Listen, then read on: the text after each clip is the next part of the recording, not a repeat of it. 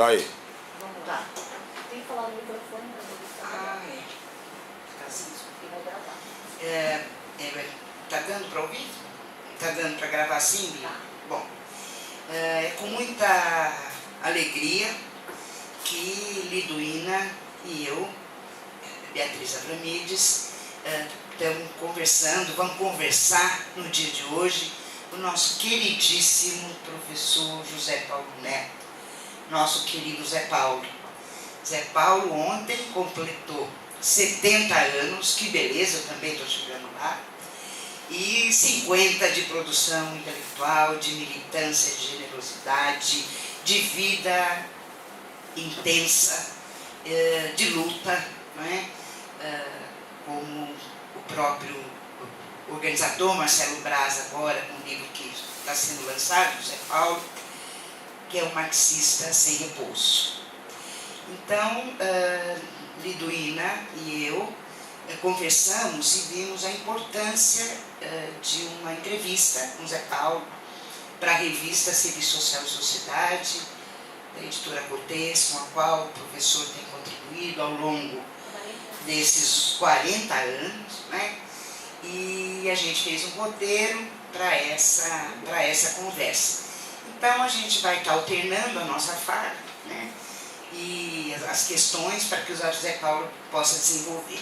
E paralelamente a isso também a Associação dos Professores da PUC, que está apoiando essa iniciativa, essa homenagem da editora Cortez, assim como o programa de pós-graduação em Serviço Social da PUC, para a atividade que a gente vai desenvolver logo mais no auditório 333, numa noite que todos nós esperamos ser muito significativa pela relevância que é a trajetória intelectual, política, teórica e pessoal do Zé Paulo.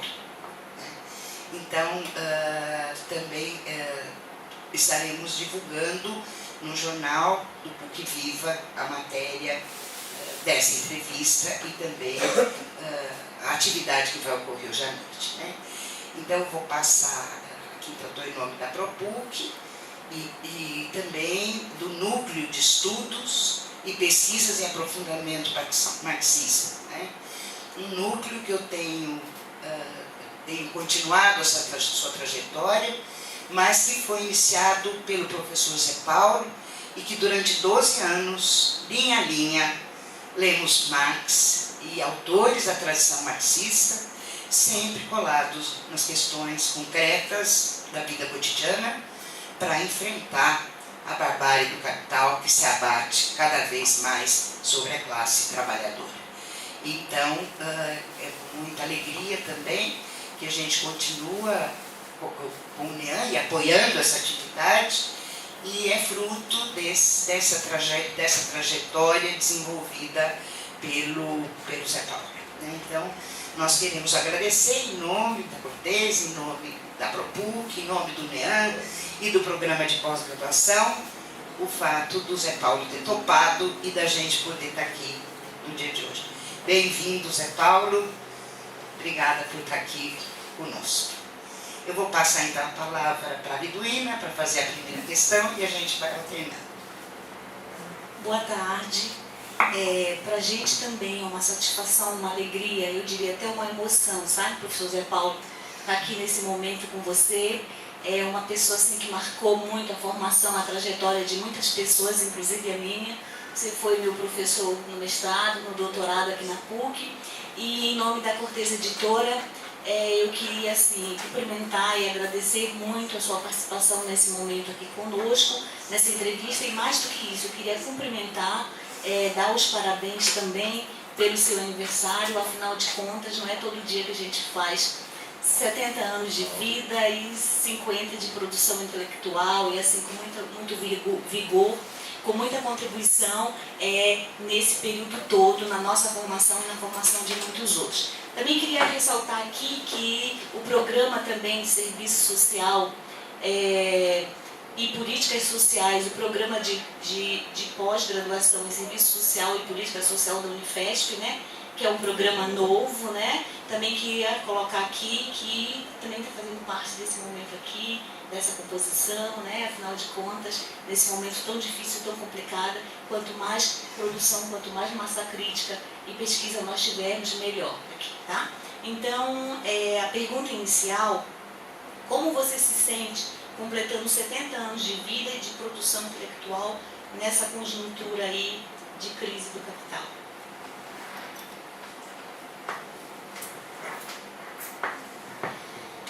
Eu quero começar agradecendo a oportunidade de estar com vocês aqui, dizer que eu estou muito feliz, embora eu ache essas homenagens todas, como direi mais adiante, bem exageradas.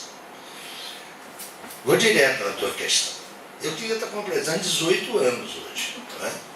Eu queria ganhar parabéns, e olha, você tem 18 anos, dar parabéns a um cara que fez 70 anos, ou é maldade ou é ironia, não é?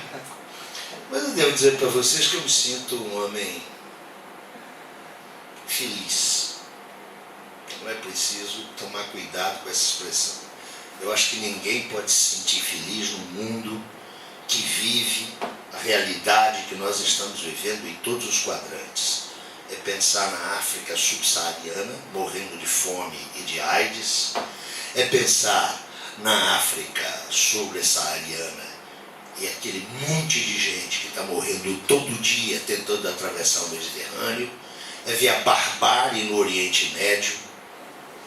É ver o massacre diuturno realizado nas periferias capitalistas e ver como a barbarização da vida social envolve também os centros capitalistas. Ninguém pode ser feliz num mundo como esse. Mas há um limite que é o limite da sua privacidade e daquilo que você pode controlar na sua vida. Então, eu, sob esse aspecto, considerando apenas a minha privacidade, eu me sinto muito infeliz, né? Pelos amigos que eu tenho, pelas relações que me foi dado construir e, sobretudo, por uma coisa que me deixa confortado num período de tanto desalento. É que eu acho que eu cumpri o meu dever, né? Eu tenho dito isso nos encontros que eu tenho comparecido, onde as pessoas dizem, fazem elogios à minha modesta trajetória, porque é uma modesta trajetória. Eu tenho dito, olha, eu simplesmente fiz o que tinha que fazer. Devia ter feito melhor e devia ter feito mais. Mas como eu não pretendo morrer na semana que vem, ainda pretendo sobreviver alguns anos, eu vou tentar fazer algo mais e algo melhor do que eu já fiz. Mas nesse sentido, eu me sinto muito bem, percebe? Me incomoda o não ter feito o que fiz de maneira melhor. E poderia ser feito de maneira melhor. Não é? A gente sempre aprende, a cada dia aprende. No mais, eu me sinto também um sobrevivente, né? Um sujeito que faz 70 anos neste país, onde só tem uma categoria social em piores condições que a dos velhos, que é das crianças. Ser velho e ser criança nesse país e viver com decência é um privilégio, um verdadeiro privilégio. Está se tornando cada vez mais um privilégio com o que a gente está vivendo nos dias contemporâneos, não é? Mas eu me sinto, sobretudo me sinto muito otimista, não é? Eu sei que o momento é de desconforto, é de desalento, mas eu sou muito otimista. Eu acho que a gente tem que escutar o povo, tá? E a gente tem que estar do lado do povo, ainda que esse lado não seja necessariamente físico, mas a gente tem que estar colado nas lutas pela emancipação política, sem a qual a gente não vai ter emancipação humana, né? Que é o objetivo, eu diria, de uma parcela significativa do mundo hoje. E se eu puder continuar ajudando nisso, aí a minha felicidade vai ser completa. Agora, quem é que eu volto a dizer, quando eu contemplo esse mundo que está aí, a primeira impressão, não é? A primeira reação é de desconsolo. Mas eu não me deixo levar pelo desconsolo. Eu insisto, eu sou uma pessoa muito otimista, não é? Não é um otimismo ingênuo, mas que me impede a catatonia de um lado, não é? O imobilismo, e de outro lado o cinismo, não é? Que eu diria que hoje impera fortemente entre os intelectuais. Não é? Quer dizer, olha, cada um vai se dar bem com a sua consciência e o resto caminha. Eu penso que as coisas não funcionam assim. Mas eu estou muito feliz. Obrigada, Zé Paulo. Bom, na sequência daquilo que você já está colocando, né? E é o seguinte, sabendo que você é uma pessoa simples, generosa, não gosta de homenagem, acabou de falar sobre isso.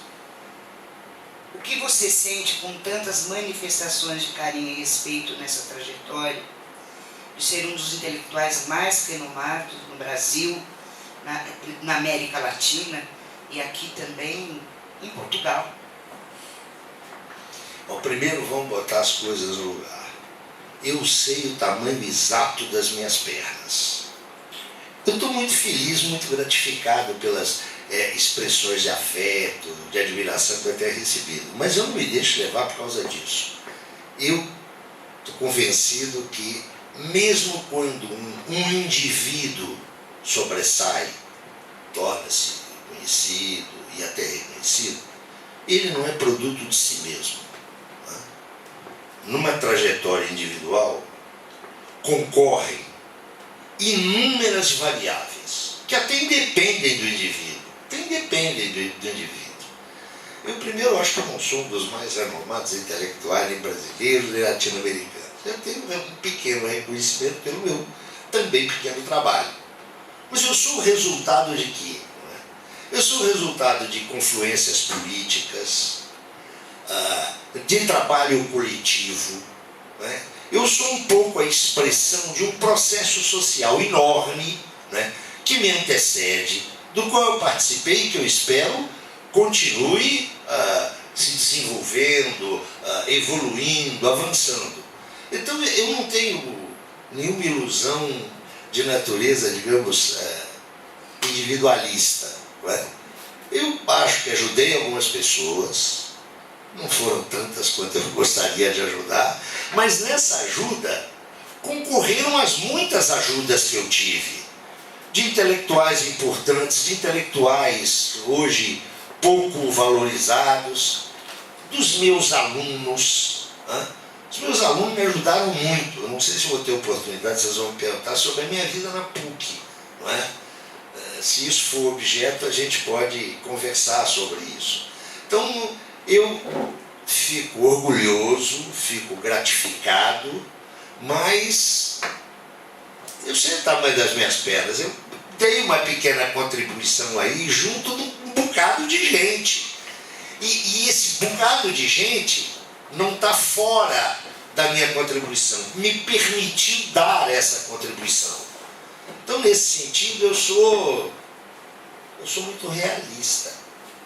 Se eu dei alguma contribuição que vai resistir aos meus 70 anos, né? Se daqui a 10 anos, 15 anos, alguém se lembrar de mim, não é tanto pelos meus méritos. Eu até gostaria que fosse. Mas não, é pela corrente de pensamento e pela corrente de ação política da qual eu faço parte, como milhares de intelectuais brasileiros, milhares, até porque o conceito de intelectual não pode ser aquele que escreve livro, né? É muito mais do que isso. Né? São dirigentes populares, são representantes de associações de trabalhadores, de funcionários.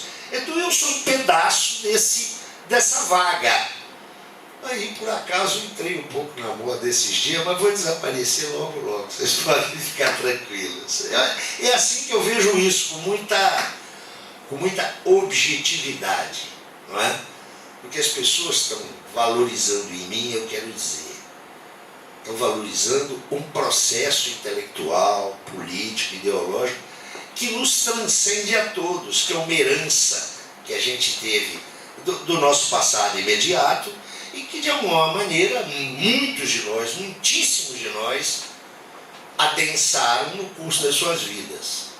Eu quero dizer para vocês o seguinte: eu espero morrer daqui aos 20 anos, quero fazer muita coisa. Quando eu morrer, eu vou ser enterrado, não vou ser cremado, vou ser enterrado numa vilazinha lá de Minas, chamada Simão Pereira. Já está tudo pronto, eu não quero chatear ninguém, é só me embalar naquela embalagem de madeira, me levar para lá, está tudo certinho. Tá gravando. Porque tá gravando, podem me cobrar isso. Porque o que eu acho que eu fiz? Eu e algumas pessoas, outras aqui na mesa, que estão aí presentes. Eu acho que simplesmente o resultado de tudo isso é que eu tentei ajudar. Isso é uma expressão de um velho mestre meu. Nesse tempo tão difícil, eu tentei ajudar alguns homens e algumas mulheres, por poucos que tenham sido, a atravessar esse dificílimo e complicado período de transição sem perder a noção de alguns valores que o movimento operário e o movimento democrático, que é maior que o movimento operário, engendrou ao longo de pelo menos 2 séculos. Se eu conseguir ajudar algumas pessoas, eu me dou por satisfeito, sendo uma ponte entre o passado e o futuro no meio desse presente tão difícil. Professor, nesse contexto que o senhor acabou de falar, de formação, dessa formação coletiva, né, que ninguém se forma sozinho, mas se forma em interação com os outros a partir de determinadas condições objetivas da história, nós gostaríamos que o senhor comentasse um pouco dessa sua experiência docente, essa relação com os estudantes e também da sua trajetória intelectual até os dias de hoje. Quero dizer o seguinte, eu cheguei na universidade com uma formação extra-universitária. Eu vivi na universidade cerca de 35 anos. Mas eu sempre brinquei que eu estive na universidade, mas eu não sou um produto da universidade. Eu sou um produto de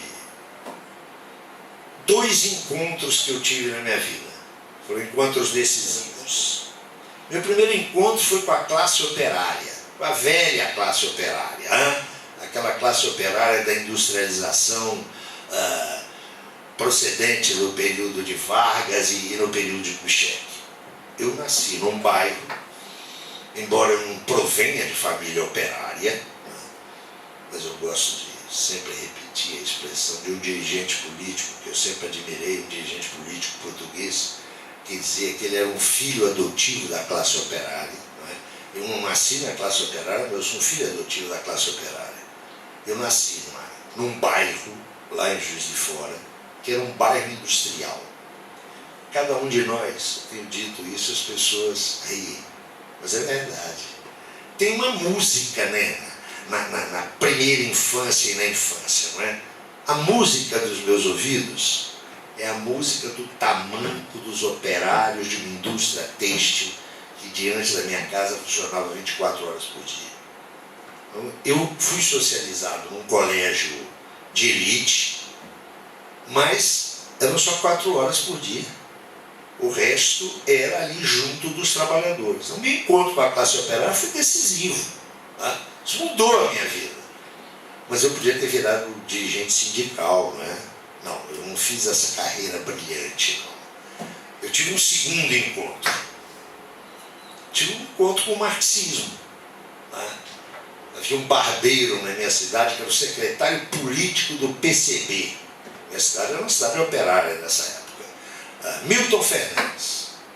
Eu estava aí com 12 para 13 anos, ele me deu uma pequena edição da Vitória, da editorial Vitória, do Manifesto do Partido Comunista. Sem nota e sem nada. Cerca de 30 páginas. E eu li aquela coisa e disse, olha, esse aqui é o caminho. Me converti, assim, imediatamente. Eu já me senti comunista. Eu disse, esse troço aqui é o caminho para acabar com essa sociedade que está aí. Demorei muito tempo para saber que não era tão fácil assim, não é? E aí eu desemboquei, quando eu tinha mal completado 15 anos, eu entrei no Partido Comunista Brasileiro, do PCB, no qual eu fiquei até 1992, quando ele se transformou nessa barriga de aluguel que está aí com outro nome. passei 18 anos sem partido, até que em 2010 alguns amigos me convenceram que o novo PCB, o PCB refundado, era o herdeiro daquela grande tradição. Aí eu voltei, sou do PCB, sou um mero militante de base, não tenho responsabilidades, mas eu diria que a minha formação toda eu devo a esses dois encontros, que se consubstanciaram, se uniram na minha vinculação, que é conhecida de todos, que eu nunca ocultei, na minha vinculação com o PCB. A universidade entra na minha vida por uma escolha. Eu escolhi ser professor. Acho que fui um bom professor. Lecionar sempre deu muito prazer. Dividir o pouco que eu sei com outros sempre foi muito legal para mim. Eu encarei sempre o magistério como uma forma de me relacionar com a sociedade. E aí, na universidade, eu tive algumas influências, alguns exemplos que foram decisivos para mim. Né? Eu tive, na minha formação de base, ainda lá em Juiz de Fora, um teólogo. Eu nunca fui cristão, mas trato as convicções religiosas das pessoas com muito respeito. Eu tive um teólogo, um antecipador da teologia da libertação, foi um holandês, Cornelius Jacobus Snoek, que aqui no Brasil publicou muito, com o nome de James Snoek. Foi uma figura, um dos fundadores do curso de Teologia ou Ciência das Religiões lá em Minas. Eu aprendi muito com esse homem. Depois, mais maduro, eu tive aqui na PUC o prazer e a honra de fazer alguns cursos com o professor Florestan Fernandes, com quem eu já mantinha relações intelectuais, mas viu a docência do Florestan.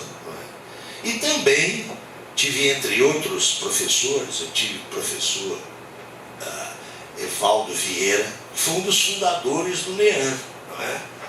Junto comigo, exatamente. Dilceia Bonetti, recentemente falecida. Eu fui aluno e fui orientando do professor Ottaviani. Né? O professor Ottaviani, para mim, foi o melhor didata de ciências sociais que eu conheci na minha vida. Né? Uma aula do Iane era um exemplo pedagógico. Então, isso é para mostrar algumas influências aqui. Agora, as grandes influências que eu tive foram extra-acadêmicas, foram essas. Né? Eu tive uma forte ligação intelectual e também pessoal com o general Nelson Werneck Sodré, né, que é uma figura que eu penso que começa a ser recuperada pela universidade depois de tantos anos de marginalização. E também fora do Brasil, né? O tempo que eu passei na Europa, sobretudo em Portugal, tudo isso me ajudou a ser o professor que eu pretendi ser. Não sei se fui, pretendi ser. Acho que fui um bom professor, sobretudo porque, em especial, na graduação, eu depois que me doutorei, jamais estive fora da graduação. Eu sempre parti da ideia de que um bom professor tem que estar nos primeiros períodos da graduação. Porque agora é quando as pessoas se doutorarem e só quererem dar aula na pós-graduação e fazer pesquisa, não é? Eu discordo radicalmente disso. Aprendi com o Florestan que os bons professores têm que estar na graduação.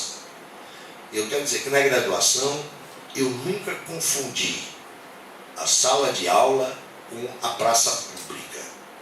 Eu nunca escondi dos meus alunos as minhas convicções, as minhas posições. Embora eu não seja weberiano, eu sempre tomei o cuidado de saber que é distinta a sala de aula e a sessão partidária. Eu sou contra a universidade que faça propaganda partidária. Porque a gente tem que fazer politizar a formação, que é outra coisa. Isso me animou ao longo dos anos. Eu tive cerca de 20 anos aqui na PUC, primeiro na graduação, depois eu fiquei só na pós-graduação. Todos os meus alunos sabiam exatamente o que eu pensava. Não é? Eu nunca escondi isso na manga, mas nunca quis que eles pensassem como eu.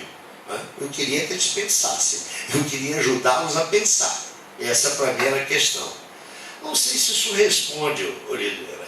O que eu quero dizer é o seguinte, eu tenho muitos defeitos, que eu não vou revelar aqui, né? Alguns são conhecidos, mas eu tenho uma qualidade, eu sou muito disciplinado do ponto de vista intelectual. Eu sempre estudei muito e sempre quis estudar aqueles autores com os quais eu não concordava. Né? A gente tem que conhecer um pensamento a que você se opõe, não é para se converter a ele, mas procurar compreendê-lo e superá-lo. Não é? Eu tentei fazer isso, tentei mostrar isso de maneira prática para os meus alunos. E o tipo de relação que eu continuei mantendo sempre com os meus ex-alunos, uma relação de primeiro ponto para mim era a autonomia deles. Né? A cabeça é deles, a experiência vital é deles, eles é que têm que escolher o seu caminho. Nesses anos todos, o retorno que eu tenho tido dos meus ex-alunos, especialmente até daqueles que não concordavam com as minhas ideias, isso que eu acho legal, tem sido um retorno muito positivo. Isso é um dos elementos constitutivos daquilo que eu falei da felicidade privada, lembra? De encontro com um cara num congresso desse, eu não vi o cara há 20 anos, eu penso, professor, o senhor lembra de mim? Lembro com alguma dificuldade, mas lembro. Pois é, olha, eu continuo não concordando com o senhor, mas continuo pensando naquilo que o senhor falava. Isso é o melhor prêmio, não tem gratificação maior para o professor do que isso. Né? Eu não sei se isso responde a tua pergunta, mas é que o que é uma aula? Uma aula é uma conversa, né? Conversa, conversando. Uma pessoa acerca de um objeto. Tem coisa melhor do que conversar? Eu sempre dizia, olha, eu sou um sujeito privilegiado na estrutura da divisão sociotécnica do trabalho. O meu trabalho é um trabalho dulcíssimo. Ele é exaustivo, você tem que pesquisar, tem que elaborar, mas ele é muito agradável.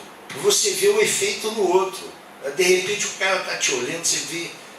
Eu não gosto de professor que fala olhando para um ponto infinito do horizonte. Agora o professor que fica encarando os alunos, né? Então você olha lá, você vê o olho da moça brilhando, vê o olho do rapaz, o cara não está concordando, mas está se sentindo incomodado, sobretudo está interpelado no que ele crê. Isso é a melhor coisa do mundo. A resposta é quase imediata. Então, nesse sentido, a minha formação foi uma formação desordenada. Eu até hoje leio até bula de remédio, não é? Agora, ela tem um centro. Quis entender, quero entender essa sociedade da qual eu sou parte. Mas não para escrever um belo livro analítico sobre ela, mas para poder intervir, para transformá-la. E para isso você precisa de um sujeito coletivo, seja o seu sindicato, encontrei um, que foi o Partido Comunista. Não sei se foi o melhor, mas quero dizer que foi aquele no qual eu até hoje sinto que estou em casa. Sei que a minha amicíssima Bia faria alguns apontamentos acerca disso, mas ela também sempre reconheceu que a gente precisa de um instrumento coletivo para agir, não é? Andorinha sozinha não faz verão. Tem. Bom, acho que você já deu um caminho aí da sua trajetória intelectual, da formação, de como você vem para a PUC, das suas influências, de como você pensa a formação, a relação intelectual. Agora eu queria que você falasse um pouco no serviço social. Né? Você falou de uma forma geral, e agora a sua produção intelectual, sua intervenção, enfim, é uma influência fundamental, e você tem atuado no interior desse debate, dessa produção, desse projeto de formação profissional, desse processo de resistência. Falar um pouco sobre isso e dos desafios contemporâneos. Né? Olha, para isso eu acho importante fazer duas menções. Quando eu ainda era estudante, seja de serviço social, seja depois de letras, eu comecei a dar aula. Né? Dar aula em cursinho. depois para a saída da aula em colégio e ensino médio. Mas a minha entrada na universidade foi na Faculdade de Serviço Social de Juiz de Fora, da Universidade Federal de Juiz de Fora, que estava se federalizando naquele momento. Então eu entrei na vida acadêmica como professor, isso foi no ano da graça de Nosso Senhor Jesus Cristo, de 1970, 70 para 71. Eu tinha feito curso de serviço social, fiz um bom curso de serviço social. Estava fazendo um curso de letras, que eu nunca concluí a licenciatura, e tive a oportunidade de entrar na Faculdade de Serviço Social. Eu quero mencionar que a minha entrada na universidade se deveu ao serviço social. Quando eu fui obrigado a deixar o país, no final de 74, em 75, eu rodei um pouco aqui pela América Latina, andei pela Europa e acabei me fixando em Portugal. Já vi que vocês fizeram um roteiro aqui, depois eu falo de Portugal. E Portugal, meu primeiro emprego foi no histórico Instituto Superior de Serviço Social de Lisboa. Portanto, eu volto à ação, ao trabalho, depois de um ano e tanto, quase 2 anos, rodando por aí, no serviço social. E quando retorno ao Brasil, o primeiro emprego como professor que eu tive foi aqui na PUC, na graduação. Eu tenho uma gratidão muito grande com a então direção da Faculdade de Serviço Social da PUC. Se eu não estou enganado, que era um grupo muito legal de pessoas, mas eu tenho a impressão que tinha pela frente a Carmelita e Asbeck. Né? Foi o primeiro emprego que eu tive aqui. E na pós-graduação também eu comecei aqui na PUC. Né? Depois, lá em Portugal, por exemplo, eu dei aula no Instituto de Economia. Aqui no Brasil também passei do limite do serviço social para outras áreas das ciências sociais. Entretanto, foi no serviço social que eu me constituí como professor e como professor de pós-graduação, onde eu fiz momentos essenciais da pesquisa que eu desenvolvi ao longo da vida. Então, eu tive uma relação muito funda com o serviço social.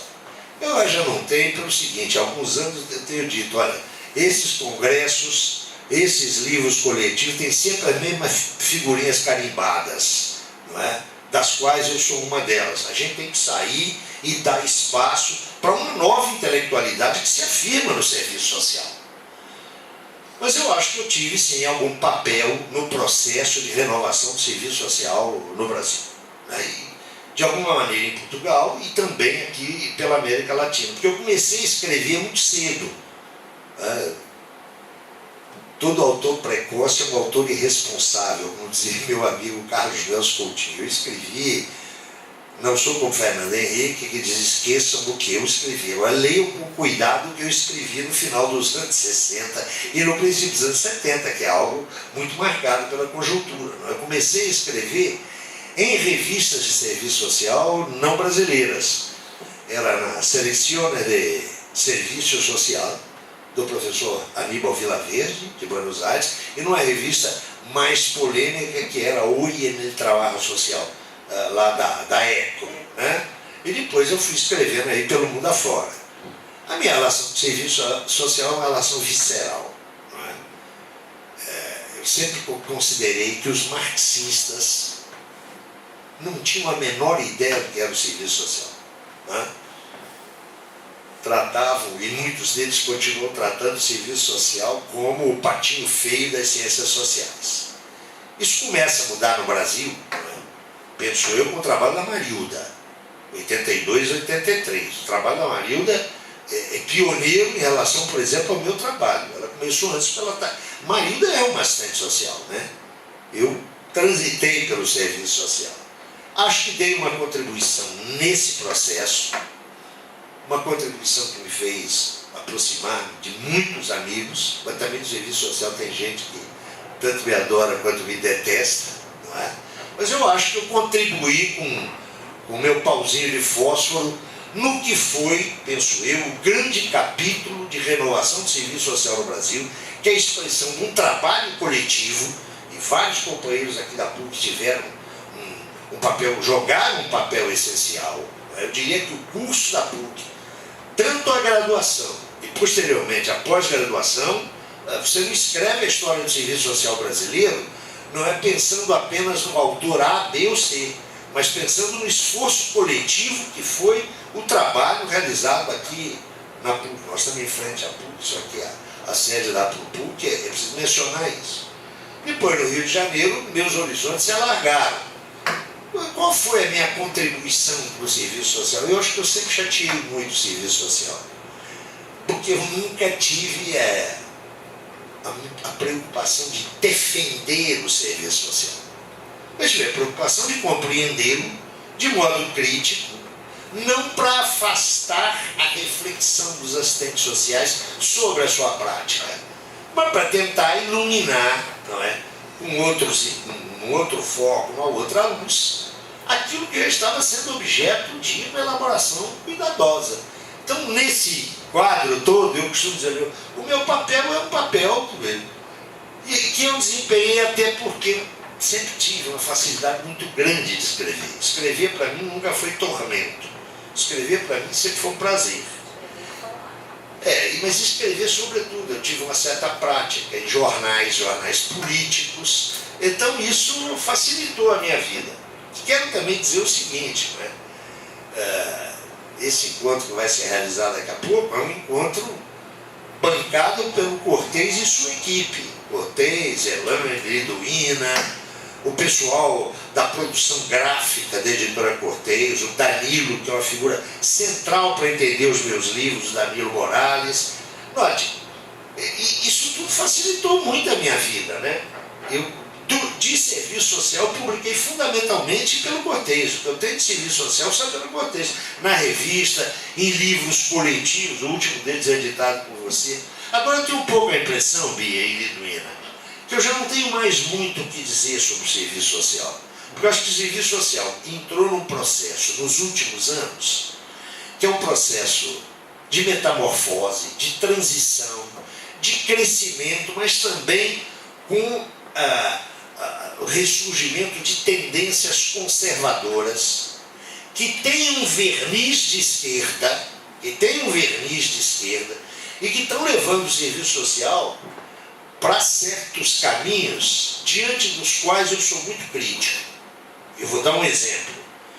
Eu não vejo muito futuro na profissão se ela se ativer a interesses identitários. Eu acho isso um problema. Acho isso um problema muito sério. Então, eu não tenho muito o que dizer. Eu acho que a questão feminina é uma questão central, a questão da mulher é uma questão central, a questão da orientação sexual é uma questão extremamente importante. Mas eu acho que mais importante que tudo isso é a questão racial, por exemplo, das relações raciais nesse país. E eu tenho visto um interesse teórico, inclusive, e sério, no sentido das afirmações identitárias. Eu não sou especialista nisso, eu sou um velho marxista, acho que eu não tenho muito o que dizer sobre isso. Penso também que a conjuntura política, com o fim irreversível do sistema político inaugurado pela Nova República e pelo, como é que eu posso chamar isso? Pelo ciclo petista, que eu acho que terminou, exauriu-se completamente, muito de serviço social teve vinculado a esse ciclo, com pouca crítica, com pouca capacidade de autonomia. Então eu vejo que nós estamos passando por um período onde a minha contribuição no máximo é dizer, olha, eu não estou mais nessa. Então, para ser curto, eu acho que a minha contribuição no serviço social hoje é uma contribuição, vai ser uma contribuição muito lateral. Porque eu vejo dentro da categoria profissional uma renovação teórica e uma renovação de quadros que eu acho que é muito significativa. E não tem os velhos como eu que ficar tomando lugar na ribalta de jovens que já merecem claramente um destaque, que eu acho que muitos deles, nós temos hoje pesquisadores de excelente nível e que são pouco conhecidos fora dos circuitos especialistas. Quando a vanguarda pela qual nós nos batemos era uma vanguarda teórica, mas queria ser uma vanguarda profissional vinculada ao conjunto da categoria, não é? Eu diria que há muitos jovens teóricos do serviço social que a categoria ainda não conhece, só a vanguarda. E eu acho que a gente, ficando sempre aparecendo em congresso, seminário, acaba tirando a visibilidade desses jovens. Vocês vão editar isso, vão? Eu não sei se está indo para tirar, vocês tirarem isso. Eu não falei sobre Portugal, né? Você me perguntou. Olha, meu exílio português durou cerca de 4 anos. Não foi um exílio. Eu cheguei logo, encontrei trabalho no âmbito do serviço social. Havia lá uma discussão própria do serviço social nas condições do pós-25 de abril. Eu acho que eu dei uma pequena contribuição. Para a organização política da categoria profissional. Ajudei na criação da Associação dos Profissionais de Serviço Social e tive uma experiência muito legal no antigo ISE, chamava-se Instituto Superior de Economia, dirigido por um católico avançado chamado Pereira de Moura, e que hoje chama-se, olhem a mudança, ISEG, Instituto Superior de Economia e Gestão. Não é casual essa mudança de nome, não é? Nesse momento o ISE é um centro importante de discussão teórica na economia política, e eu tive lá condições de estudar muito e de intervir como professor. Portugal não foi na minha vida um país de exílio, não é? Foi minha segunda pátria, eu criei raízes em Portugal, raízes inclusive afetivas, fortes. Estou sempre lá, continuei vinculado ao Instituto Superior de Serviço Social, no programa de pós-graduação deles, que foi muito estimulado por um convênio com a PUC, com a pós-graduação da PUC. Outros professores da PUC também estiveram lá e deixaram marcas significativas. Mas eu tive também lá o meu trabalho, digamos, político, junto uma revista, que foi uma revista importante, a revista Seara Nova, que era uma frente de trabalho pluripartidária, policlassista, mas que tinha, na época em que eu estive lá, uma forte hegemonia do Partido Comunista Português. Então eu dei lá a minha mãozinha, não é? Porque comunista tem que trabalhar com os comunistas onde ele estiver, né? Então foi por isso. Obrigada, professor. Essa pergunta aqui, o senhor já falou. Então, você fica à vontade para reforçá-la ou não. Eu já vou fazer a segunda pergunta ao mesmo tempo, tá? Então, seria assim. Quais as principais influências que contribuíram para a formação do professor Zé Paulo Neto? Seria uma pergunta e já vou emendar a segunda, que por que a referência, essa autorreferência de trabalhador dos livros? Isso aí é muito, o negócio de trabalhador dos livros, é muito uma forma que eu usei alguns anos atrás. O que é que você faz? Eu sou trabalhador dos livros, porque todo mundo pertence à classe trabalhadora, né? Aliás, isso é um viés de serviço social, né? Eu não sei quem não é classe trabalhadora hoje. Então eu quis deixar muito claro o seguinte: o meu negócio é trabalhar com livro, promovendo edições e lendo, sobretudo lendo, que é a coisa que a gente mais faz, não é? Eu sou um assalariado, nada mais do que isso, não pertenço à classe operária. Se pertencesse, não estava aqui, né? Não teria tido as oportunidades de formação. Agora, o que me formou como professor? Eu vou voltar a uma coisa simples. Eu já entrei na universidade feito, não é? Havia uma figura no Partido Comunista, eu creio que ainda até hoje, o assistente, é o cara que vai lá orientar. Meu primeiro assistente, eu quero fazer menção a ele porque ele está vivo, e eu dediquei a ele um ensaio, um volume aí, que o Instituto Caio Prado Júnior, não sei quando é que vai editar, eu acho que ele vai morrer e não vai ver a homenagem que eu presto a ele, chamado Antônio Roberto Pertelli, que é uma figura importante da vida cultural da esquerda brasileira. Eu aprendi que ser professor é conversar com as pessoas, é ajudá-las a a refletir sobre a experiência delas e aportar algumas referências que possam iluminar de outra maneira a sua experiência. Agora, eu creio que para mim foi decisivo, e olha que eu já não era criança, eu já era professor, foi decisivo ser aluno de Floresta Fernandes e de Otaviano. Para mim isso foi decisivo, né?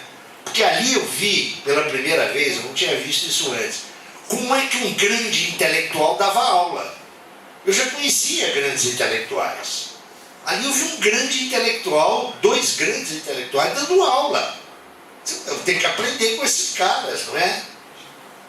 Eu não sei se eu aprendi direito, mas ali eu vi o meu modelão de professor. Sobretudo do ponto de vista didático-pedagógico, o professor Taviani. O professor Taviani, numa sala de aula, naqueles anos quentes, 81, 82, 83, as aulas do Iane eram à noite, sala para 40 alunos e 600 pessoas no corredor. E o Iane inabalável, nós tínhamos estilos completamente diferentes, né?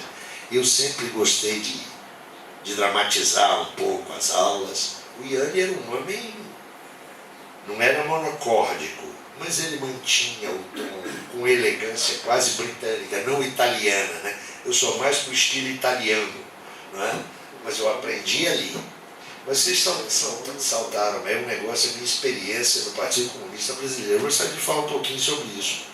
O PCB foi um partido dos mais stalinistas do mundo, entre 1945 e 1956.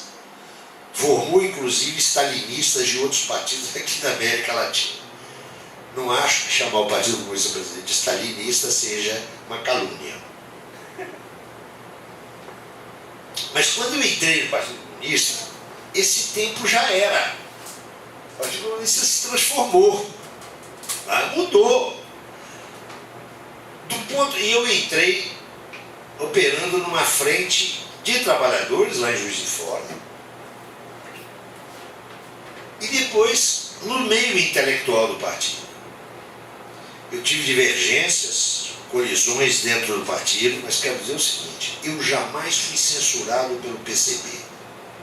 E jamais me senti, do dia que eu entrei ao dia que foi janeiro de 92, em que eu saí do PCB, porque o PCB virou essa coisa horrorosa que é o PPS, até voltar ao PCB, eu nunca me senti limitado pelo partido. Nunca tive que defender contra a minha vontade posições no campo da cultura oficiais. E é evidente que, como militante disciplinado que eu fui, o meu partido teve posições, por exemplo, no domínio internacional, com as quais eu não concordava de jeito nenhum. Mas eu não dissentia publicamente delas, dissentia nos fóruns adequados. Isso eu sempre fiz. E no plano cultural, no Partido Comunista, isso às vezes deixa pessoas... Eu nunca tive qualquer constrição. Nunca. Me lembro que um dirigente do Partido Comunista, que eu fui muito próximo, Giocondo Dias, era amigo pessoal e fã, leitor do Jorge Amado.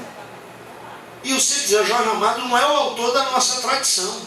O autor da nossa tradição é Graciliano Ramos. E no Jornal do Partido defendia abertamente essa posição. Ninguém nunca me puxou as orelhas. Então, o Partido Comunista que eu conheci, há um livro muito interessante do João Falcão, o Partido Comunista que eu conheci, que ele conta lá do tempo dele.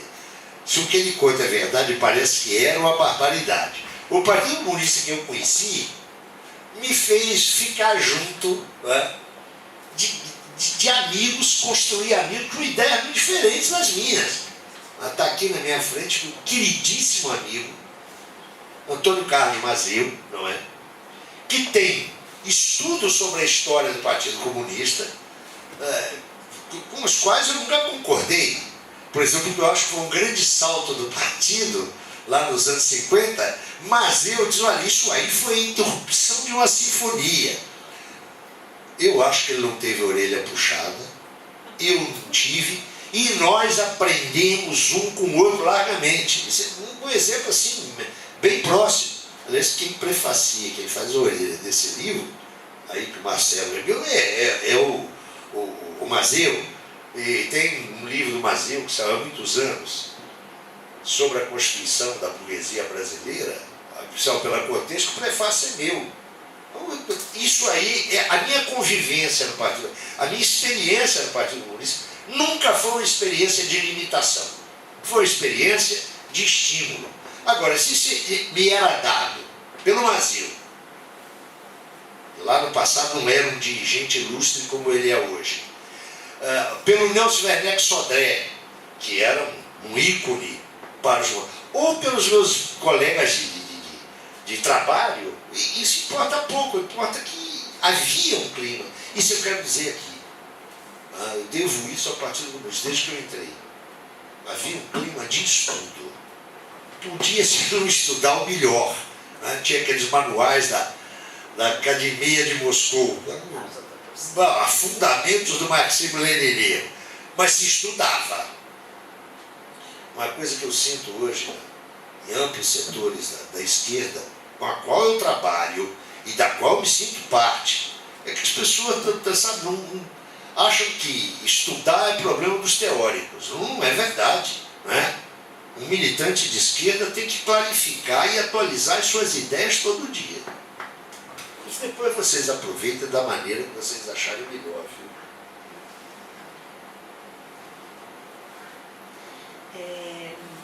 Embora o senhor já tenha falado também um pouco sobre a questão do intelectual militante, a gente gostaria que você pudesse aprofundar um pouco mais esse seu envolvimento na Escola Florestan Fernandes, no MST, enfim, nas lutas de modo geral. Veja, eu não acho que o intelectual militante tem que estar colado a um partido. Não tem que estar toda semana fazendo manifestação na rua. O que a mim me parece fundamental para definir, para caracterizar, para delimitar o âmbito da militância, é primeiro saber. Então, são dois pontos. Primeiro, qual é a perspectiva de classe que orienta a pesquisa e o pensamento desse intelectual? Perspectiva de classe. Acho que a gente tem que insistir nisso porque tem gente que acha que a classe social subiu, não é?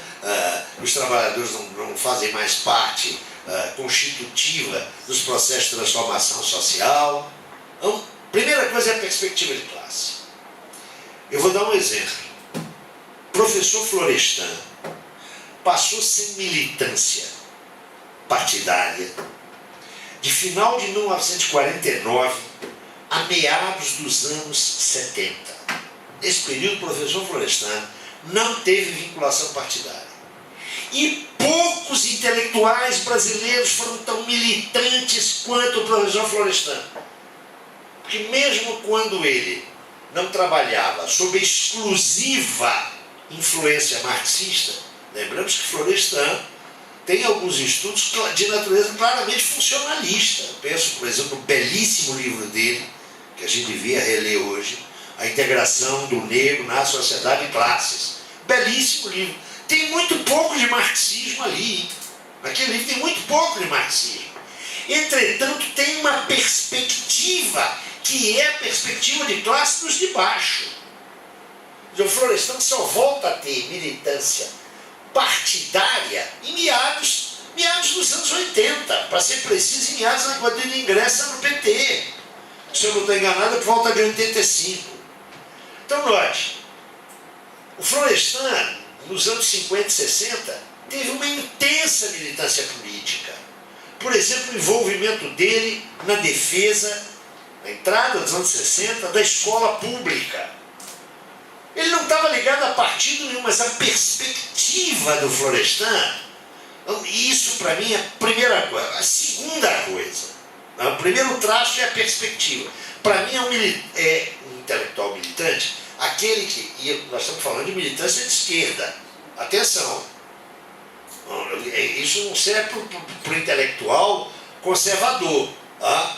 Nós estamos falando de militância de esquerda, não é isso? Se bem entendi, a pergunta de você vai nesse sentido.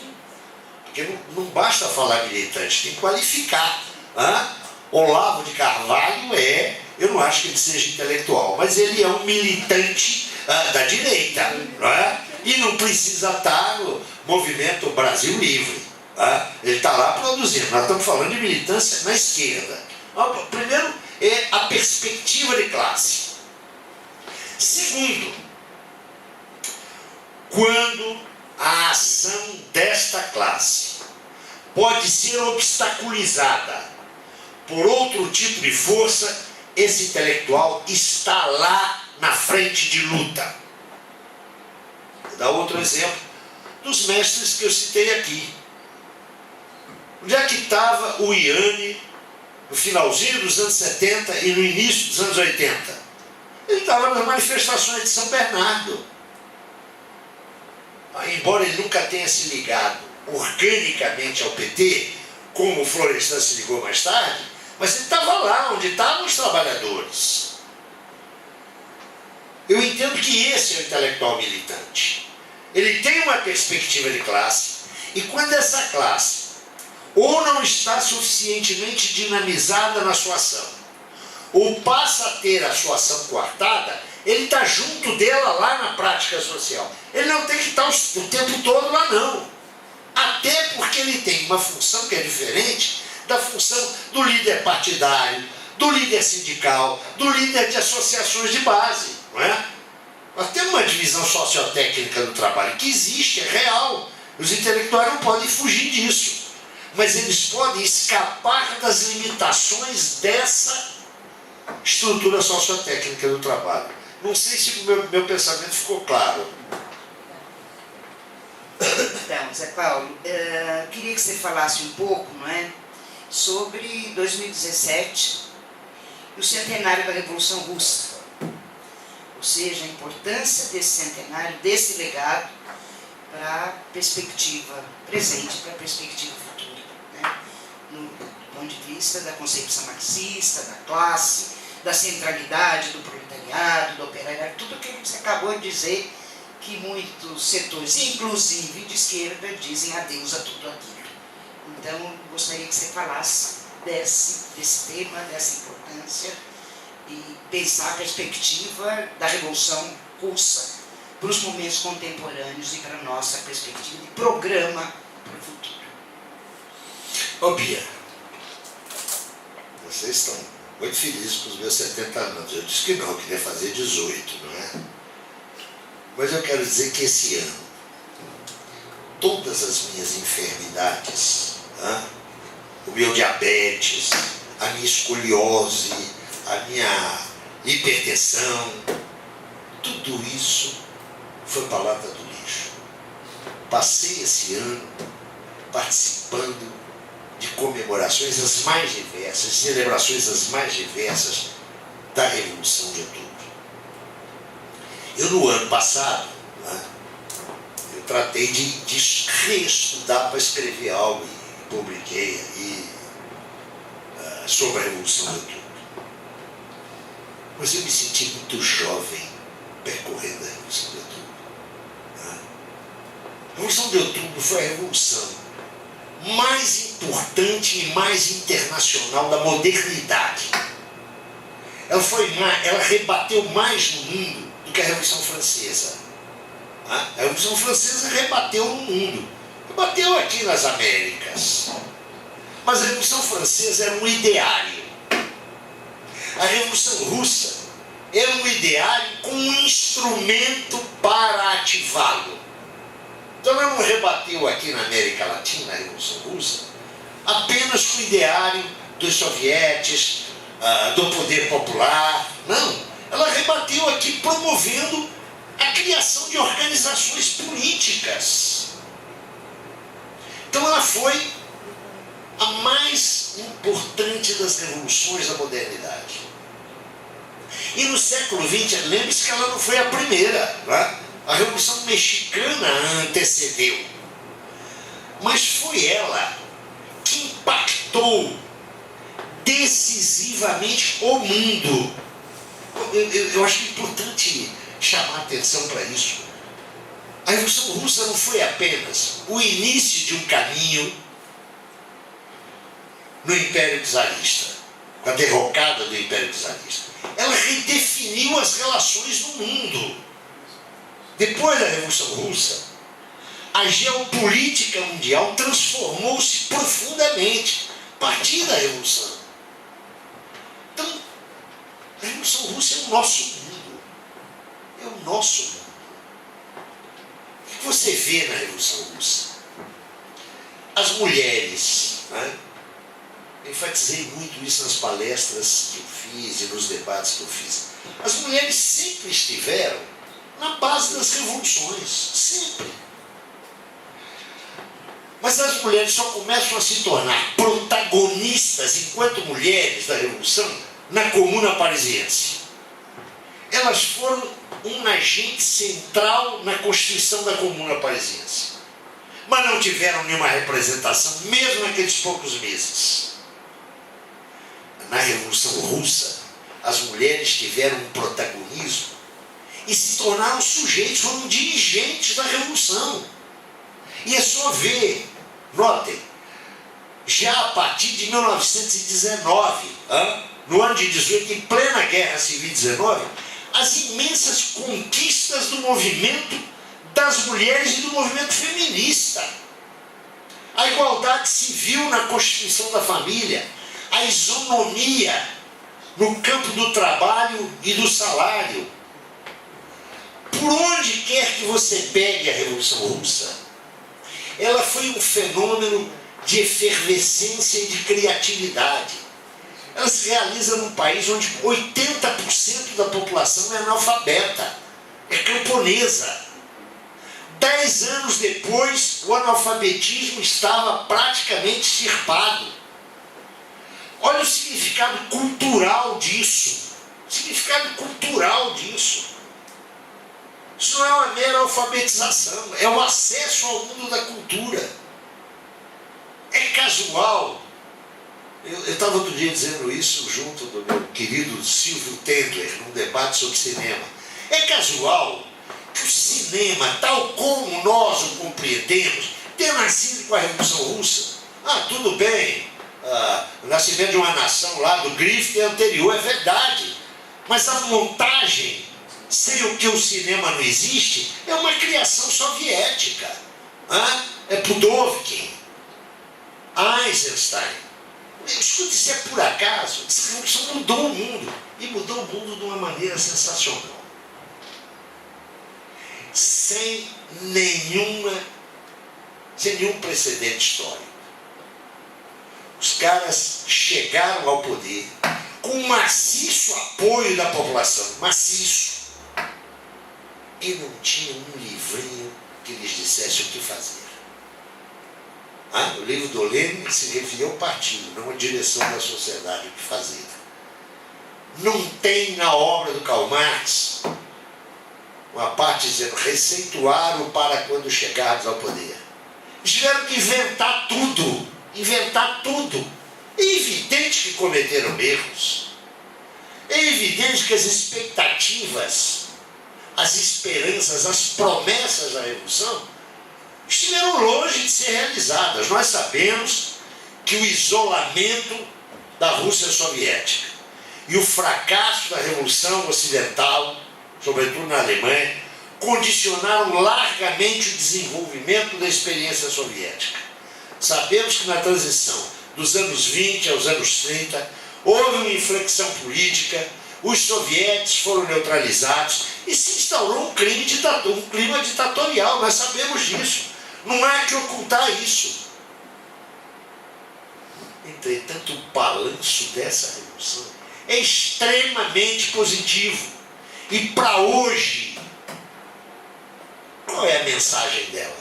Quando o chamado socialismo de Casera ou Sorex já são páginas do passado. Aquilo não volta. Mas quais são as lições para agora? Sem a classe operária, sem o núcleo duro do proletariado, no conjunto das camadas trabalhadoras, não se avança para uma sociedade emancipada. Essa é a primeira lição. Segunda lição: é possível superar o capitalismo. É possível. Terceira, que pode parecer desagradável, mas é uma lição. Esse caminho é duro, é difícil, não vai se realizar em meia dúzia de décadas. A afirmação capitalista demandou uma evolução multissecular, 500 anos. Nós não vamos fazer em 80 anos o paraíso sobre a Terra. Aliás, não faremos. A emancipação humana, o comunismo, não é o paraíso sobre a Terra. É simplesmente uma nova quadra histórica onde os conflitos e tensões não serão resolvidos pela violência. É isso que é a sociedade emancipada. É uma sociedade, primeiro, sem exploração do trabalho. É preciso insistir nisso. A nossa crítica, a crítica de quem quer a emancipação, é em primeiro lugar contra a exploração do trabalho. Não é uma questão de para hoje, para amanhã e depois a transformação cultural. Não. Nós sabemos que isso é uma totalidade extremamente complexa. Mas há um momento determinante. E esse momento determinante é a supressão da exploração do trabalho. Então, a mim me parece a Revolução Russa, seu estudo, de extrema atualidade. Até porque o fracasso provisório, temporário das experiências do socialismo contribuiu para quê? Para que o capitalismo contemporâneo revelasse que ele pode estar sob uma pele de cordeiro, mas ele é hoje o grande inimigo da massa da humanidade. Ele destrói as condições de sobrevivência da vida humana no planeta. O que está em jogo agora não é a sobrevivência ou não do capitalismo. O que está em jogo agora é a sobrevivência da humanidade. Então, nesse sentido, discutir a Revolução Russa, revelar as suas fragilidades, revelar os seus equívocos, os seus problemas, é fundamental. Precisa ter uma visão crítica sobre aquilo. Agora, é sobretudo muito atual. Não é para indicar, não é a receita do que vamos fazer, mas é para ter a clareza de que aquele projeto é absolutamente atual. O projeto é absolutamente atual. Não é anacrônico, não é uma coisa do passado. Não é para uma arqueologia do saber. É para uma diagnose do presente.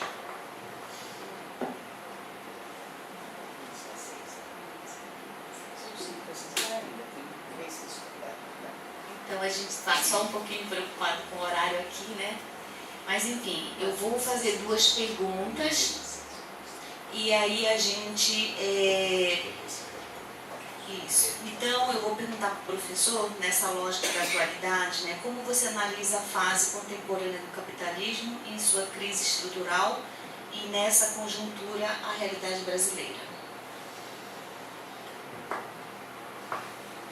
Eu não tenho nenhuma dúvida, a partir de pesquisas, com projeção teórica e análise factual, que o capitalismo contemporâneo, eu chamo de tardo capitalismo, só é capaz de se reproduzir, barbarizando a vida social, suprimindo direitos sociais, atrofiando mecanismos democráticos. É só olhar o mundo que está aí. Não é? Trump não é uma piada de mau gosto. É uma expressão da sociedade civil norte-americana.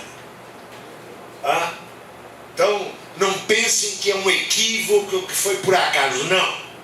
É expressão de uma hegemonia. É isso que é o capitalismo. É racismo, é o vestíbulo do fascismo, mas é a destruição do meio ambiente. Eu acho que Trump representa isso de uma maneira felicíssima. Nenhum compromisso com o Acordo Ecológico de Paris. É o mesmo cara que ontem ou anteontem vazou pela internet, não é? Práticas racistas.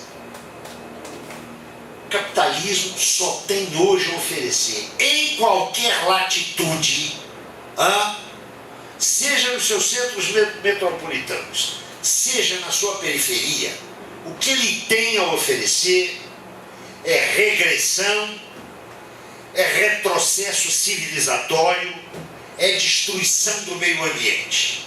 É isso que o capitalismo pode oferecer. Como o professor Mesaro já indicou há algum tempo, a produção capitalista é hoje necessariamente destrutiva. Ponto. Essa é a minha posição de princípio. Eu tenho estudado isso, eu escrevi sobre isso. Agora, me parece que no Brasil nós estamos vivendo o pior dos capitalismos. Do ponto de vista político, o golpe parlamentar que travou, impediu o mandato da presidente Dilma, sinaliza, a meu juízo, posso estar enganado, o fim de um duplo ciclo nesse país. Primeiro, o ciclo do novo desenvolvimentismo petista, não é? Esse mito, incrível como é que intelectuais sérios defenderam essa ideia do novo desenvolvimentismo. Não sei como é que eles vão se mexer agora. Esse negócio foi por terra. Mas foi por terra a sua carapaça política. O sistema político, não apenas partidário, o sistema político que vem do pacto da nova república. O que nós estamos vendo hoje? Não apenas o país ser controlado por uma cleptocracia. Atenção, trata-se de uma cleptocracia. Só olhar essa gente, a folha corrida dessa gente. Nós estamos vendo muito mais do que isso. Nós estamos vendo uma série de impasses, porque se está supondo que a continuidade da democracia passa pela sua restrição, ou pela sua reprodução como uma democracia de participação restrita. Para esse quadro que está aí, só mais democracia e não menos. Isso implica o quê? Implica potenciar os mecanismos de participação das massas. Ora, o que está na ordem do dia? Quero lembrar a expressão de um fulano que tem 53 mil votos. É um deputado federal, tem 53 mil votos. E ninguém discute a legitimidade dele liderar a Câmara dos Deputados. Eu me refiro ao Maiazinho. Como é que é o nome do Maiazinho? Rodrigo Maia. Uns 2 meses atrás ele deu uma declaração genial. Ele disse: minha agenda é a do mercado. Ponto. A agenda dessa gente aí é a agenda do mercado. É só olhar as tentativas de ensaiar o candidato a presidente da República, o senhor Meirelles, que era do conselho diretivo, do banco dos irmãos, aqueles irmãos sertanejos, Wesley e não sei o quê. Ele era do conselho diretivo, do conselho consultivo, como é que chama o banco? Banco digital? Me falta o nome aí. É esse homem que está dirigindo, pretende dirigir os destinos desse país. Na verdade, esse país, politicamente, está a uma troca, não é? Uma autonomização inconstitucional do judiciário, de setores do judiciário, não é? De uma parte. Uma sectarização da mídia. É só você ler os grandes jornais da burguesia, que são replicados pelo país inteiro, não é? Dado o monopólio da mídia, e no quadro onde você tem um judiciário que dá espetáculos midiáticos. Um judiciário só não. Uma Suprema Corte que dá espetáculos midiáticos. Acho que a primeira coisa a fazer aí é deixar de lado as ilusões petistas. elas foram por água abaixo, né? Foram pelo ralo. Uma política de conciliação de classes só podia ter levado a esse resultado, não é? E é uma política que não está no passado, não, né? Estou convencido que o Lula está armando um grande acordo com a burguesia, né? Perdoemos os golpistas e a conversa vai por aí afora. Qualquer hora ele está abraçado com o Paulo Scaff, não é? Porque já está com o Ronan, com o Sarney, com essa gente toda. Então, primeiro, perder qualquer tipo de ilusão. Isso não quer dizer uma postura esquerdizante, esquerdista, que a revolução é socialista e começa amanhã às 8h30. Não, é ter clareza de que aqui, quando você elude a perspectiva de classe, o resultado é derrota dos trabalhadores. E a derrota está clara. Depois de 12 anos de cooptação petista, olha os movimentos sociais, o que sobrou? Olha o movimento sindical, o pujante movimento sindical do passado, onde é que ele está? Então, isso é herança, desculpe, isso é herança, meus amigos, eu tenho amigos que foram no PT e alguns estão no PT. Né? Eu não acho que todo mundo no PT é vigarista, não acho que tem gente séria no PT, como houve. Agora, tem que reconhecer isso. A alternativa que eu vejo é uma alternativa que não é para 2018. Eu acho que esses 2 anos de cleptocracia no poder, quero dizer, cleptocracia, esse país está sendo dirigido por uma quadrilha, uma não, né? São várias quadrilhas, não é? 2 anos só. Mas o mal, a hipoteca que essa gente está lançando sobre as novas gerações de brasileiros, nós vamos demorar para reverter. E eu quero deixar muito claro aqui o seguinte: se ocorrer de Luiz Inácio Lula da Silva for candidato ano que vem, se ocorrer dele se eleger, e se ocorrer dele tomar posse, ele não vai reverter nenhuma dessas medidas. Nenhuma. Como não reverteu nada da herança maldita de Fernando Henrique, que ele jamais sequer fez um balanço dela. Então, não se iluda, não é por aí. O caminho é conseguir rearticular, reorganizar a esquerda nesse país. Eu penso que isso passa por uma frente de esquerda, uma federação de esquerda, como aliás se fez no Rio de Janeiro nas últimas eleições, né? Uma federação partidária. No Rio de Janeiro se uniram o PSOL e o PCB. Acho que precisam unir mais gente do ponto de vista partidário, o PSOL, o PSTU e outros grupos autônomos que ainda não têm configuração de partido, com todas as nossas diferenças. Lembrando que a esquerda brasileira não é majoritária, mas ela não se expressa apenas pelos partidos de esquerda, PSOL, PCB, PSTU, não. Ela vai além desses partidos.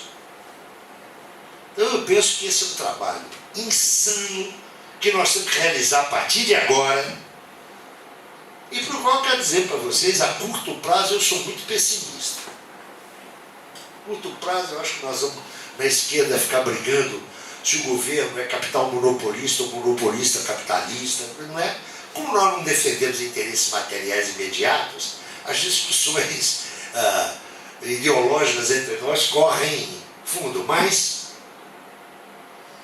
eu acho que no médio prazo esse vai ser o caminho da esquerda brasileira, envolvendo movimentos sociais ativos, importantes, outros que surgirão. E eu tenho muita confiança eu tenho muita confiança na humanidade. Eu não acho que a humanidade vai caminhar bovinamente para o matadouro. Ela chega ali no limite. Eu gosto sempre, já sei que a gente tem que encerrar, eu gosto sempre de dar um exemplo. Última pergunta só, mas... Então faça. Não, acho que até emendando nisso que você está falando, ano que vem, 200 anos de Marx. Eu acho que a gente é importante falar sobre isso nessa linha da perspectiva presente e futura. Eu quero só dizer uma coisa, né? Duas. Depois vocês mexem nessa entrevista, fazem o que vocês quiserem. Eu estava fazendo em 98, uma palestra sobre o Manifesto Comunista, e estava lá na plateia o nosso querido Aloysio Teixeira. Foi reitor do FRJ, economista, marxista, mais que isso, comunista.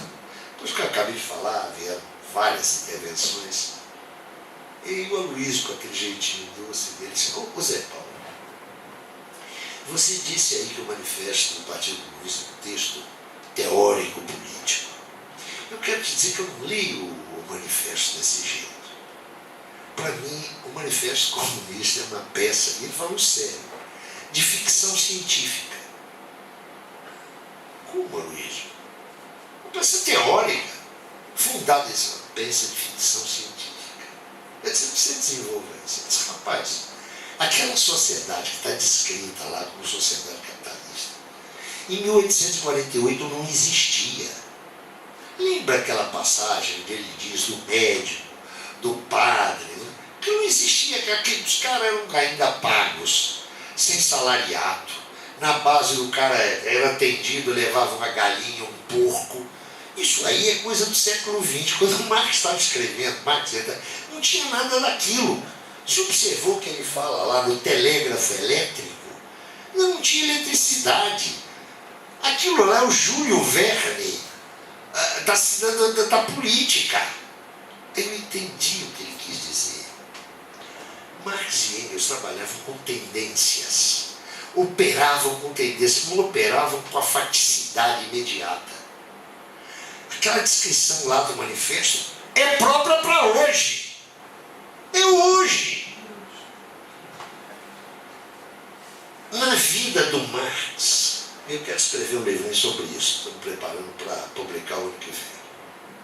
Na vida do Marx, a vida dele não é exemplar para nós, ela é exemplar do ponto de vista ético-político, mas não é exemplar, né? Marx era, na sua privacidade, um conservador vitoriano. Há suficientes provas disso. Agora, o que ele fez na vida dele, né? Aloysio, se tivesse viu, ia dizer que foi ficção científica. Ele antecipou as estruturas fático-empíricas do nosso mundo.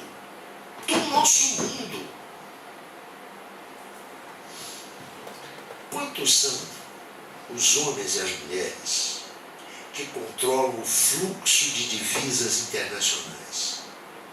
400? 500 homens e mulheres? Provavelmente isso. Há estudos nesse sentido. Nós somos 7 bilhões e 200 milhões. 400 pessoas podem quebrar países. Podem arruinar economias regionais. Quando Marx dizia: olha, aí tem uma minoria, né? É a nossa revolução, a nossa revolução é uma revolução da maioria contra a minoria. É o tempo que nós estamos vivendo. Marx é cada vez mais nosso incômodo companheiro de jornada. Não adiantam os editoriais do Estadão, do Globo, não adianta. Eu lembro para vocês que em 2008, depois do fracasso da Bolsa Nasdaq, em 2002, uma das manchetes do Times era: ele voltou, em 2008. O ele era Marx. A crise acabou. Como é que é isso? Que coisa é essa? Eu diria, Bia, que o nosso Marx está mais vivo do que nunca. Assim como a Revolução Russa, nas suas motivações e nos seus objetivos, está mais viva do que nunca. Mas deixa eu terminar dizendo para vocês como é que eu me sinto hoje. Olho para Brasília, vejo Temer. Olho para o Supremo, vejo Gilmar Mendes. Olho para o Parlamento, vejo o Maiazinho dizendo: minha agenda é a do mercado. Para ficar no mais óbvio. Imagine, eu vivo no Rio de Janeiro. Me imagine em dezembro de 1941 no Rio de Janeiro. Estamos em dezembro de 41. Olha a Europa.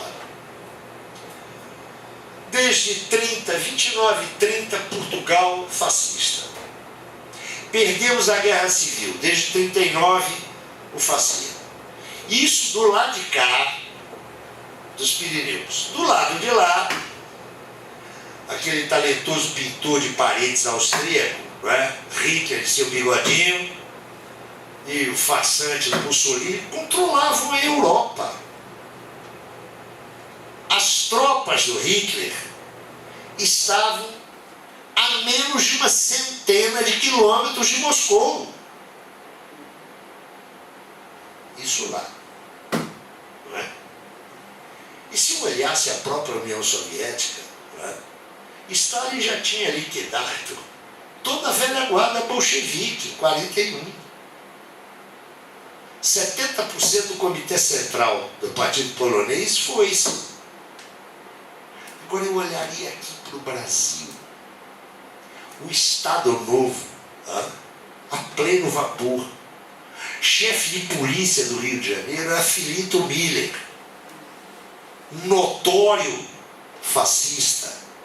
Getúlio tinha entregue a mulher de Prestes à Gestapo. Prestes, que era a expressão do comunismo no Brasil, estava isolado na cadeia, condenado a anos e anos de prisão. O meu partido estava esfacelado. Como é que eu ia olhar para o futuro? Isso é dezembro de 41. O que veio depois? Hein? Teve gente que desesperou, se desolou, foi cuidar da vida, o que é natural em situações dessas. O que veio depois? Veio a Batalha de Stalingrado. O Exército Vermelho começou a libertar a Europa Oriental e a Europa Central. E não tem filme de Hollywood que possa substituir a imagem do soldado soviético botando a bandeira lá em cima do Reichstag destruído. Nós estamos vivos pelo heroísmo do povo soviético. O que aconteceu depois? Os partidos comunistas no mundo inteiro explodiram. Inclusive aqui no Brasil. O Estado Novo tem os seus dias contados. Olha como é que a história não é feita só pelo relvado que a gente vê bonito da cleptocracia que manda em Brasília. A velha topeira está roendo aí embaixo. A gente tem que ter a sensibilidade para ouvir o grande som. Então, nesse sentido, eu sei que as condições históricas hoje não permitem paralelos entre 41 e hoje. Atenção, eu sei disso. Mas é apenas para ilustrar o meu otimismo. Se eu sou pessimista a curto prazo, não é? Eu a médio e longo prazo, eu estou convencido que a humanidade vai optar não por ir para o matadouro, mas para fazer um gigantesco esforço e depois profundas e traumáticas, atenção, profundas e traumáticas experiências. Não vai se sair desse lamaçal com luvas de pelica e salto alto, né? A gente tem clareza disso. Mas vai sair purgada dos crimes que ela cometeu contra si mesma. Minha companheira diz que isso é fé. Ela está completamente equivocada. Isso não é fé, não. Isso é convicção teórica calcada em tudo aquilo que nós sabemos da história recente da humanidade. E por isso eu sou muito otimista. Ou seja, vocês começaram falando em 80 anos, eu não gostei dessa conversa. Mas aos 80 eu estou acreditando que a esquerda brasileira, que o meu partido pequenininho está crescendo e que nós vamos... Bota 70. Vai chegar... Mas eu falei em 80? Falou. É porque eu acho que essa travessia aqui vai demorar uma década. Daqui eu não acho que vai ser fácil, não. Isso é um lapsus linguae que tem sentido. Eu acho que nós ainda vamos passar 10 anos aqui comendo grama.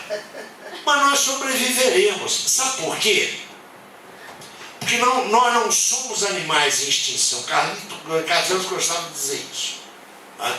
Porque de extinção, o que sobrou? Sobrou barata, sobrou verme.